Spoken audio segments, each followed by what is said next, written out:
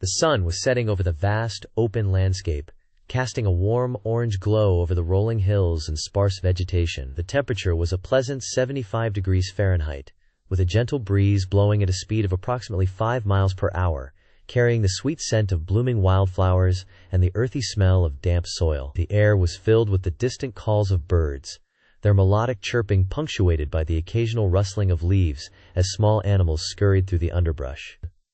In the midst of this serene backdrop, a group of soldiers, clad in their worn and weathered uniforms, trudged wearily through the terrain. Their boots, a mix of standard-issue M1965 and M1981 models, kicked up small clouds of dirt and dust as they walked, the sound of their footsteps echoing through the stillness.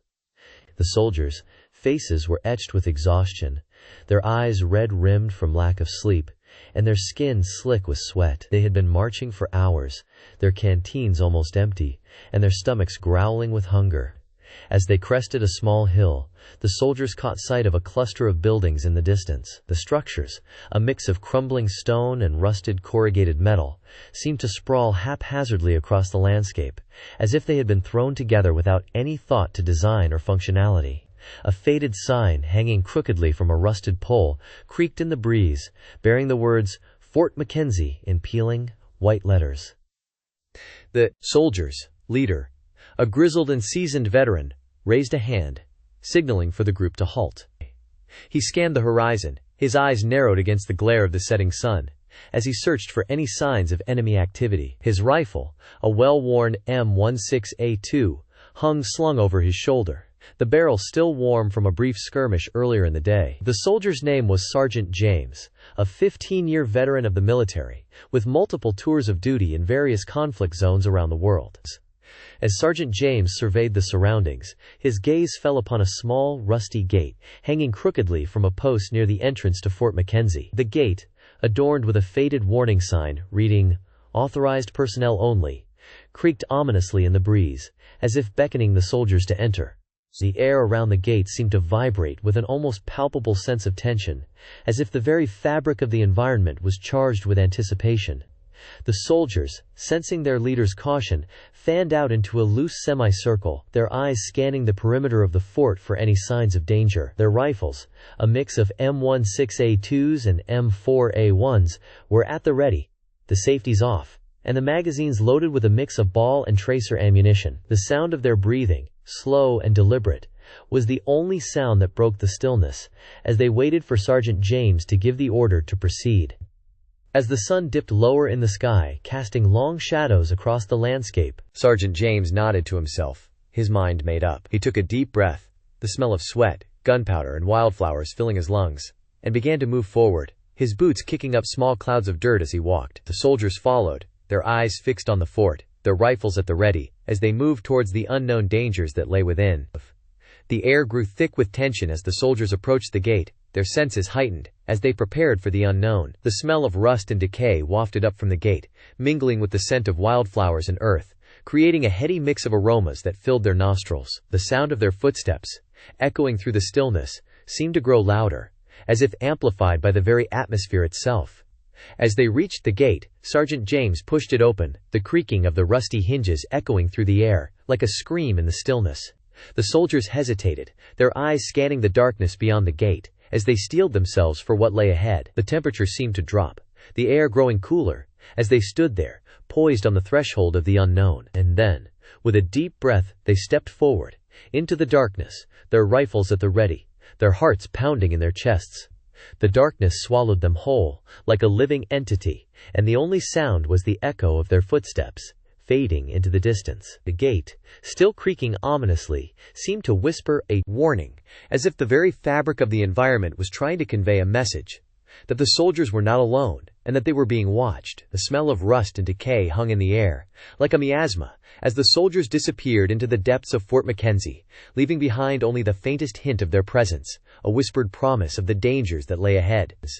As the battle commenced, the Allied forces, comprising of American, British, and French troops, employed a multi-pronged approach to outmaneuver the enemy. The initial thrust came from the American contingent, which advanced in a staggered formation, with the 1st Battalion leading the charge on the left flank. The 2nd Battalion, positioned to the right, provided covering fire as the 1st Battalion pushed forward, their M1 Garand rifles and M1 carbines laying down a withering field of fire that pinned down the enemy.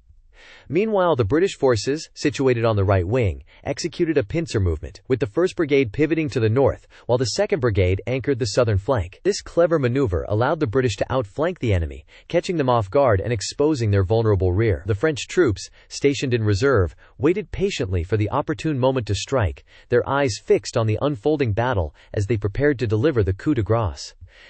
The enemy, comprised of German and Italian forces, had established a strong defensive perimeter, anchored by several heavily fortified strongpoints. However, the Allied forces had carefully studied the enemy's dispositions, identifying key vulnerabilities that could be exploited to break the line. The American 1st Battalion, now firmly established on the left flank, began to push forward, utilizing their supporting artillery to blast holes in the enemy's defenses. The 2nd Battalion, still providing covering fire, gradually shifted their attention to the enemy's flanks, seeking to create a breach in the line that could be exploited by the advancing troops.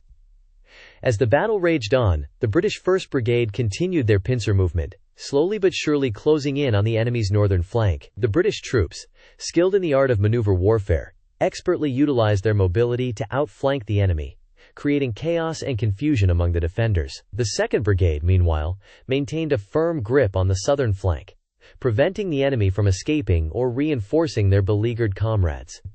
The French troops, now committed to the battle, advanced with caution, their experienced officers carefully guiding them through the treacherous terrain. As they pushed forward, the French encountered fierce resistance, but their disciplined formations and precise artillery support allowed them to gradually grind down the enemy. The French troops, well versed in the art of combined arms warfare, seamlessly integrated their infantry, artillery, and armor, creating a formidable 5GHTING force that proved nearly unstoppable.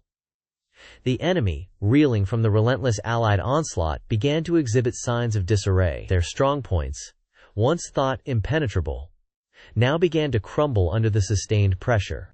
The American 1st Battalion, having successfully breached the enemy's line, poured through the gap, followed closely by the 2nd Battalion. The British 1st Brigade, having completed their pincer movement, now merged with the advancing American troops, creating a powerful combined force that threatened to engulf the enemy. As the battle reached its climax, the French troops delivered the final blow, striking the enemy's exposed rear and sending them into a state of panic. The enemy's defenses, once so strong, now lay in shambles, their troops fleeing in disarray as the Allied forces claimed victory. The battlefield, once a scene of intense chaos, gradually fell silent, the only sound being the anguished cries of the wounded and the triumphant cheers of the victorious Allied troops. The Allied commanders, having carefully planned and executed the battle, now surveyed the aftermath of their victory. The enemy's defeat was comprehensive, their forces shattered and demoralized. The Allied troops, having fought with valor and discipline, had emerged victorious, their tactics and training proving superior to those of their adversaries. As the dust settled, the Allied commanders began to contemplate their next move, knowing that the war was far from over, and that further challenges lay ahead. The Allied forces, having secured their objective, now set about consolidating their gains. The American troops, having borne the brunt of the battle, were relieved by fresh units, which took up positions on the newly won terrain. The British forces, having outflanked the enemy, now anchored the northern flank, while the French troops secured the southern flank. The battlefield, once a scene of intense combat, was now a hive of activity, as medical troops tended to the wounded, and engineers set about repairing damaged infrastructure. As the Allied forces dug in, their commanders began to analyze the lessons of the battle, seeking to identify areas for improvement and to refine their tactics for future engagements. The battle, though won, had not been without its challenges, and the Allied commanders recognized that there was still much to be learned from the experience. The enemy, though defeated, had fought with courage and determination, and the Allied commanders knew that they would have to be prepared to face even more formidable foes in the days ahead.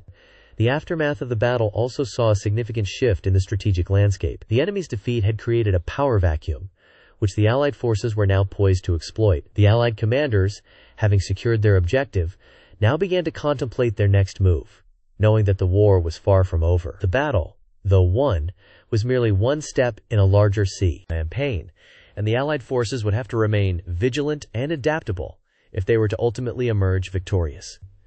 As the Allied forces looked to the future, they knew that they would have to confront new challenges and obstacles. The enemy, though defeated, would likely regroup and counterattack, seeking to regain lost ground and momentum. The Allied forces, having won a significant victory, would have to remain focused and determined, using their hard-won experience to inform and guide their future actions. The battle, though won, was merely one chapter in a larger story, and the Allied forces would have to remain committed to their ultimate objective if they were to emerge triumphant in the end. As the Allied forces pushed deeper into the heart of enemy territory, the complexity of the battlefield became increasingly evident. The cacophony of sounds, a chaotic mixture of explosions, gunfire, and screams, filled the air, making it difficult for commanders to maintain a clear understanding of the situation. The terrain itself, a maze of narrow streets, crumbling buildings, and hidden alleyways, provided ample opportunities for enemy forces to set up ambushes and launch surprise attacks. Logistically, the Allied forces faced significant challenges in maintaining a steady supply of ammunition, food, and medical supplies. The distance between the front lines and the rear echelons was substantial, and the roads, often little more than dirt tracks, were prone to becoming impassable due to inclement weather. This made it essential for commanders to carefully plan and coordinate their supply chains, ensuring that critical resources were allocated efficiently and effectively.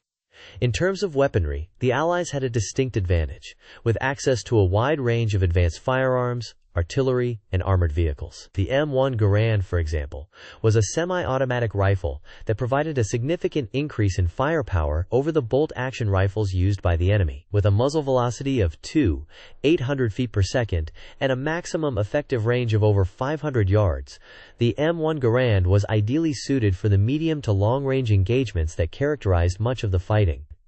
The Sherman tank, another key component of the Allied arsenal, was a formidable opponent on the battlefield. Powered by a 400-horsepower, 4GAA V8 engine, the Sherman was capable of reaching speeds of up to 26 miles per hour, and had a range of over 100 miles.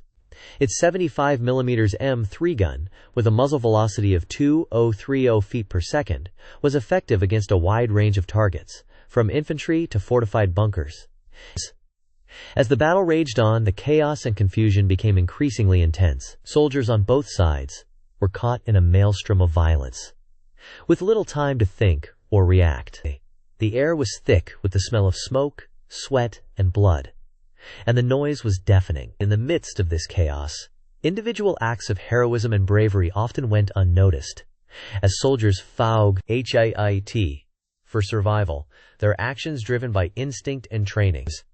The command structure, too, was often disrupted, as senior officers were killed or wounded, leaving junior leaders to take charge. This led to a degree of fragmentation, as different units and subunits operated independently, responding to the fluid and dynamic nature of the battlefield. Communication, already difficult due to the distances involved and the destruction of infrastructure, became even more challenging, as radiomen struggled to maintain contact with their counterparts in other units. Despite these challenges, the Allies continued to push forward, driven by a combination of determination, training, and sheer force of numbers. The enemy, however, was far from defeated, and as the battle reached its climax, it became clear that the outcome was far from certain. In the midst of this uncertainty, soldiers on both sides steeled themselves for the fighting ahead, knowing that the next few hours would be crucial in determining the course of the war. The battlefield itself was a testament to the destructive power of modern warfare. Craters, some of them massive, pockmarked the landscape, while buildings, once proud and intact, now lay in ruins. The streets, littered with debris and wreckage, were treacherous to navigate, and the risk of injury or death from booby traps, mines, and unexploded ordnance was ever present. As the sun began to set, casting a golden glow over the devastated landscape, the fighting showed no signs of abating. If anything, the intensity of the combat increased, as both sides sought to gain a decisive advantage before nightfall. The Allies, in particular, were keenly aware of the importance of securing key objectives, such as high ground, road junctions, and bridges, before the enemy could regroup and launch a counterattack. In the midst of this chaos, individual soldiers struggled to maintain a sense of cohesion and unit identity. As their comrades fell, either killed or wounded, the bonds that held them together were stretched to the breaking point. Yet, even in the face of such adversity, the human spirit persevered, driven by a mix of emotions, including fear, adrenaline, and a deep-seated sense of loyalty to one's fellow soldiers. As the light began to fade, casting long shadows across the battlefield, the fighting gradually began to subside. The silence, when it came, was almost surreal, a stark contrast to the cacophony of sounds that had filled the air just hours before. In the stillness, soldiers on both sides caught their breath, tended to their wounded, and prepared for the fighting that would inevitably resume at dawn. The night ahead would be long and arduous, filled with the sounds of patrols, artillery fire, and the occasional burst of small arms fire. But for now, in the immediate aftermath of the day's fighting, there was a sense of respite. A brief moment of calm in the midst of the storm. As soldiers settled into their makeshift positions, their minds turned to the events of the day and the challenges that lay ahead. They couldn't help but wonder what the future held and whether they would emerge victorious or succumb to the brutal realities of war. As the sun began to set on the battlefield, casting a golden glow over the carnage, the air was electric with tension. The sound of gunfire and screams filled the air, a cacophony of chaos that seemed to have no end. The earth trembled beneath the feet of the soldiers as they clashed in a frenzy of steel and fire. The smell of sweat, smoke, and blood hung heavy over the landscape, a noxious cloud that clung to every surface like a bad omen. To the north, the enemy lines were beginning to waver, their defenses breached by a daring flanking maneuver executed with precision by the Allied forces. The enemy soldiers, once a proud and formidable foe, were now faltering, their morale shattered by the relentless onslaught. They stumbled backward, their eyes wide with fear, as the Allies surged forward with a fierce battle cry. Meanwhile, to the south, a different story was unfolding. The enemy's elite guard, a feared and respected unit, had launched a counterattack that was pushing the Allies to the brink. The fighting was intense, with soldiers on both sides trading blows, and neither gaining the upper hand. The sound of clashing steel, the scent of gunpowder, and the cries of the wounded filled the air, creating a maelstrom of chaos that seemed to have no end. In the midst of this chaos, a lone soldier, Sergeant Jameson, found himself at the forefront of the battle. His rifle, once a trusted companion, was now empty, and he was forced to rely on his wits and his fists to survive. He dodged and weaved, avoiding the enemy's wild blows, as he desperately sought to find a way to turn the tide of the battle. His eyes locked onto an enemy officer, a cold, calculating individual who seemed to be orchestrating the counterattack. With a fierce cry, Jameson launched himself at the officer, tackling him to the ground.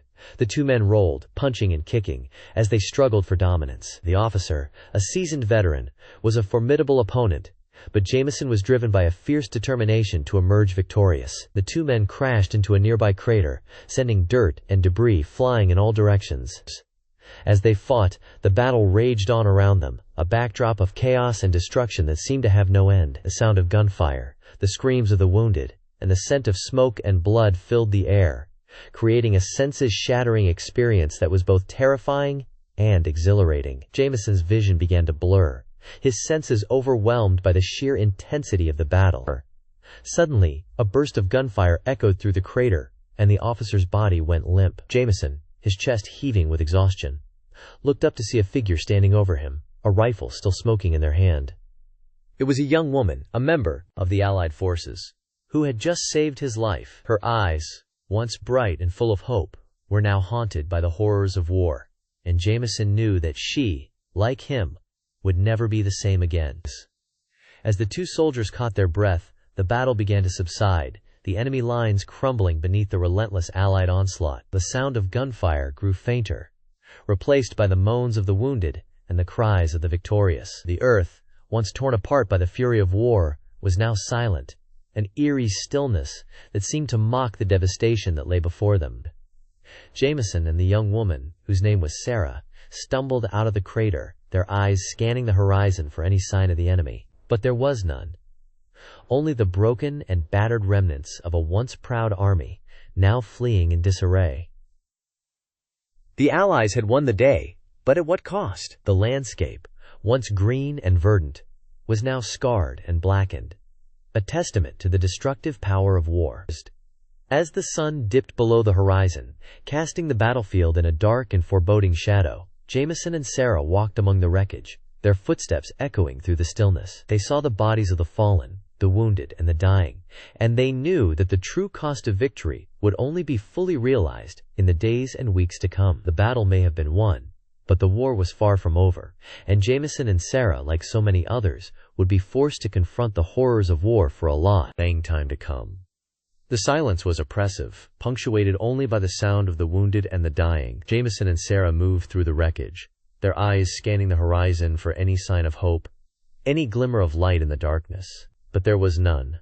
Only the endless expanse of destruction, a reminder of the devastating power of war. And as they walked, the darkness seemed to close in around them, a physical manifestation of the emotional toll that the battle had taken on their minds and hearts.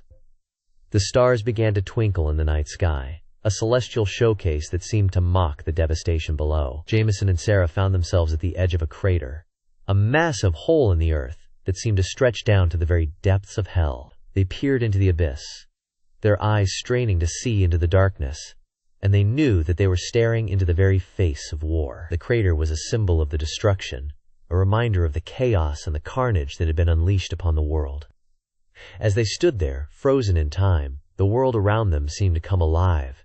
The sound of the wounded grew louder, the cries of the dying more insistent. The earth seemed to tremble, as if the very foundations of the world were being shaken. And Jameson and Sarah, two soldiers who had faced the horrors of war, knew that they would never be the same again. They had stared into the abyss, and the abyss had stared back, leaving them forever changed by the experience.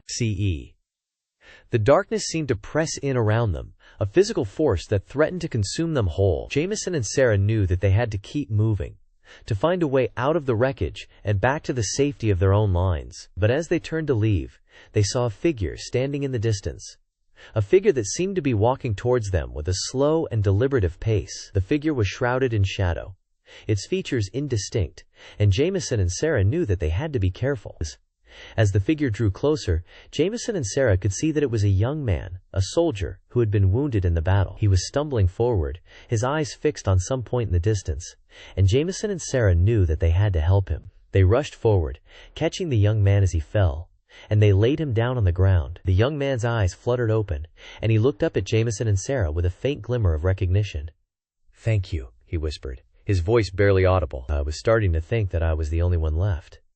Jameson and Sarah smiled, their faces etched with exhaustion and relief. "You're not alone," Jameson said, his voice soft. "We're here with you. We'll get you back to our lines, and we'll get you the help you need." The young man nodded, his eyes closing as he drifted off into unconsciousness.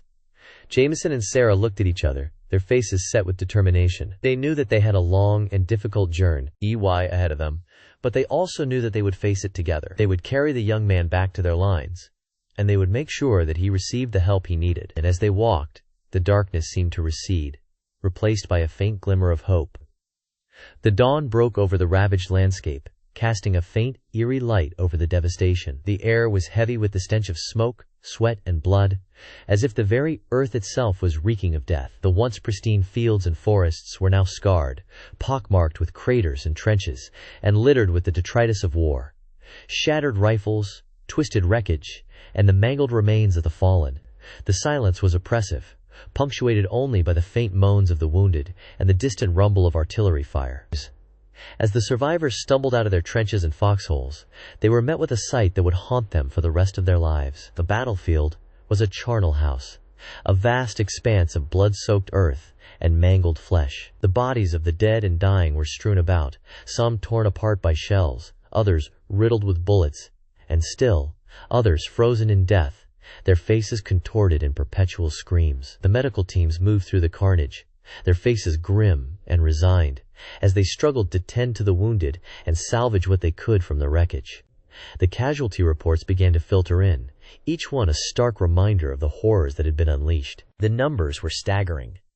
Tens of thousands of dead, hundreds of thousands wounded, and countless more missing or displaced. The hospitals were quickly overwhelmed, their beds filled to capacity, and their staffs stretched to the breaking point. The morgues, too, were soon filled, their shelves stacked high with the bodies of the fallen, each one a poignant reminder of the human cost of war. Among the survivors, there were stories of individual heroism and sacrifice, of men and women who had risked everything to save their comrades or to hold back the enemy. There was the tale of Private First Class Jameson, who had single-handedly held off a company of enemy soldiers, buying time for his unit to retreat to safety. There was the story of Lieutenant Thompson, who had rushed into a burning building to rescue a family of civilians, and had emerged with severe burns, but with the family safe and sound. And there was the account of Sergeant Rodriguez, who had crawled through a hail of gunfire to reach a wounded comrade, and had dragged him to safety, despite being badly injured himself.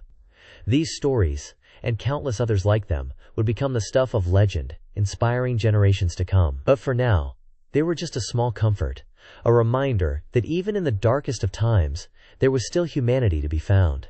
As the survivors struggled to come to terms with what they had witnessed, they couldn't help but wonder what the future held.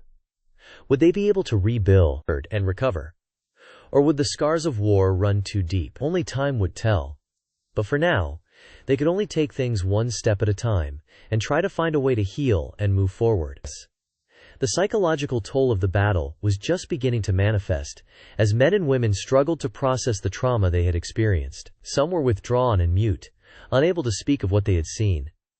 Others were plagued by nightmares, reliving the horrors of the battlefield in their sleep. Still, others were filled with a sense of guilt and survivor's remorse, wondering why they had been spared while so many others had fallen. The military chaplains and counselors did their best to provide solace and support, but it was clear that the road to recovery would be long and arduous. As the days turned into weeks, and the weeks turned into months, the survivors began to rebuild and regroup. They established makeshift camps and settlements where they could tend to their wounded and start to rebuild their shattered lives. They formed support groups where they could share their experiences and find comfort in the company of others who had been through similar traumas. And they started to plan for the future, to think about how they could rebuild their communities and create a better world for themselves and their children. But even as they looked to the future, they couldn't help but be haunted by the memories of the past. The battle had left an indelible mark on their psyche, a reminder of the horrors that humanity was capable of inflicting on itself. They knew that they would never be the same again, that they had been forever changed by what they had witnessed, and they knew that they would carry the scars of war with them for the rest of their lives, a constant reminder of the devastating consequences of conflict and violence. The world at large was also beginning to take notice of the devastating conflict, as news of the battle spread like wildfire. Leaders and diplomats from around the globe issued statements of condemnation and condolence, calling for an immediate end to hostilities, and offering aid and support to those affected. The United Nations held an emergency meeting to discuss the crisis, and to coordinate a response to the humanitarian disaster that was unfolding. And as the international community came together to respond to the crisis, it became clear that the battle was not just a local conflict, but a global one, with far-reaching consequences for the entire world. In the midst of all this chaos and destruction, there were also moments of beauty and kindness. Strangers became friends, bonding over their shared experiences, and offering what little they had to those in need. Neighbors came together to support each other, sharing what food and shelter they had, and providing comfort to those who had lost loved ones. And amidst the rubble and wreckage, there were glimmers of hope, as people began to rebuild and restart their lives. A small child was born in a makeshift hospital, bringing joy and laughter to those around her. A group of survivors came together to form a makeshift orchestra, playing music that brought solace and comfort to all who heard it. And a young couple, who had been separated during the battle, was reunited, their love and devotion to each other a beacon of hope in a world gone mad.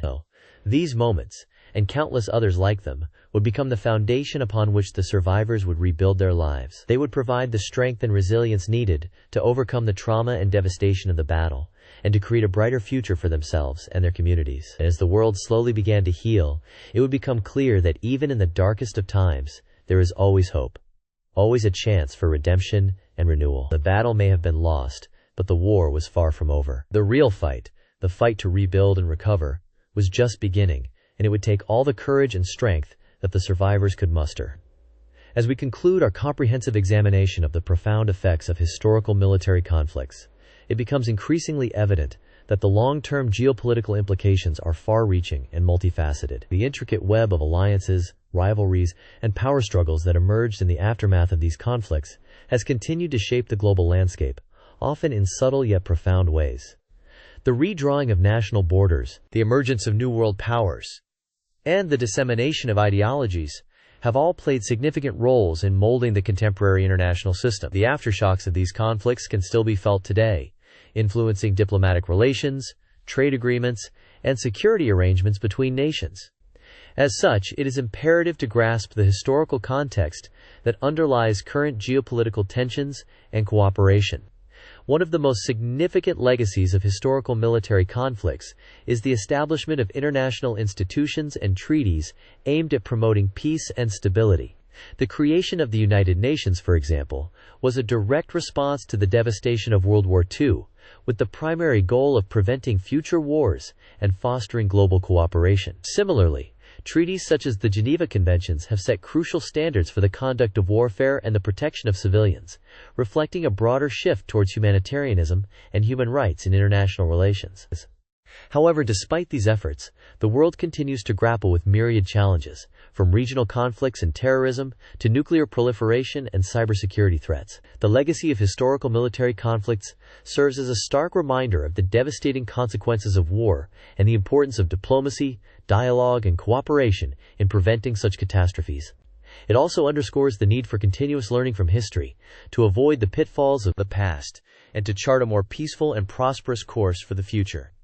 In analyzing the long-term geopolitical impact of historical military conflicts, it is also crucial to consider the socio-economic dimensions. The economic costs of war, including destruction of infrastructure, loss of human capital, and diversion of resources, can be staggering. Furthermore, the social fabric of affected societies can be severely damaged, leading to long-term consequences such as displacement, psychological trauma, and social unrest. Understanding these socioeconomic impacts is essential for developing effective post-conflict reconstruction strategies and for supporting the recovery and development of war-torn regions. Moreover, the technological advancements spurred by military conflicts have had a profound impact on society, beyond the realm of warfare itself. Innovations in fields such as medicine, transportation, and communication have improved the quality of life for millions of people around the world. The Internet, for example, which was initially developed as a means of resilient communication for military purposes, has revolutionized global connectivity and information exchange. This highlights the complex interplay between military innovation and civilian applications, where technologies developed for warfare can have far-reaching benefits for humanity. As we reflect on the legacy of historical military conflicts, we are compelled to consider the profound philosophical questions that arise from human engagement in warfare. What are the underlying causes of conflict? And how can they be addressed? How do we balance the need for national security with the imperative to protect human life and dignity? And what are the ethical implications of developing and using advanced military technologies, which can both protect and destroy on a massive scale? Ultimately, the study of historical military conflicts invites us to ponder the very nature of humanity and our capacity for both cooperation and conflict. It challenges us to think critically about the values and principles that guide our actions as individuals and as nations, and to strive for a world where the resolution of disputes is achieved through diplomacy and dialogue, rather than force and violence. As we conclude this comprehensive exploration of the historical military conflicts that have shaped our world, we hope that you have gained a deeper understanding of the complex geopolitical, socioeconomic, and philosophical dimensions of these events. We also hope that this journey through history has inspired you to continue learning about the past, to better navigate the challenges of the present, and to contribute to a more peaceful and prosperous future for all. If you've enjoyed this extensive analysis and would like to explore more topics in military history and beyond, please subscribe to our channel. By doing so, you will not only gain access to a wealth of knowledge, but also support our mission to educate and inspire a broader audience about the complexities and significance of historical events. Thank you for joining us on this intellectual journey, and we look forward to sharing more insightful content with you in the future.